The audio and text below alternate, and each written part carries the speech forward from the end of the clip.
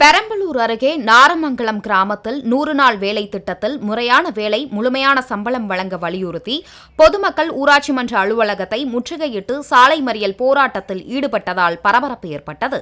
பெரம்பலூர் அருகே உள்ள நாரமங்கலம் கிராமத்தில் 500க்கும் மேற்பட்ட வீடுகளில் 2000த்திற்கும் மேற்பட்டவர்கள் வசித்து வருகின்றனர்.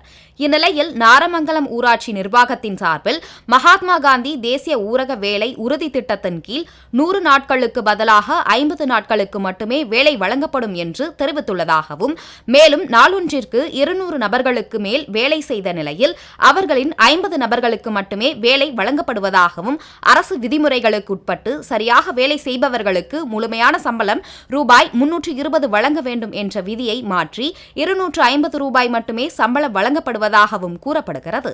இதுகுறித்து பலமுறை புகார் தெரிவித்தும் அதிகாரிகள் நடவடிக்கை எடுக்காததால் இன்று நாரமங்கலம் கிராமம் 100 நாள் வேலை திட்ட பணியாளர்கள் 100க்கும் மேற்பட்டவர்கள் ஊராட்சி மன்ற அலுவலகத்தை முற்றுகையிட்டு சாலை மறியல் போராட்டத்தில் ஈடுபட்டனர்.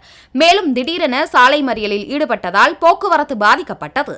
இந்த சம்பவம் குறித்து ஆலத்தூர் ஊராட்சி ஒன்றிய அலுவலர்கள் மற்றும் போலீசார் விரைந்து வந்து போராட்டத்தில் ஈடுபட்டவர்களிடம் சமாதானம் பேச்சுவார்த்தை நடத்தியதை அடுத்து போராட்டத்தை கைவிட்டு பொதுமக்கள் கலைந்து சென்றனர். இதனால் அப்பகுதியில் சுமார் 1 மணி நேரம் பரபரப்பு நிலவியது.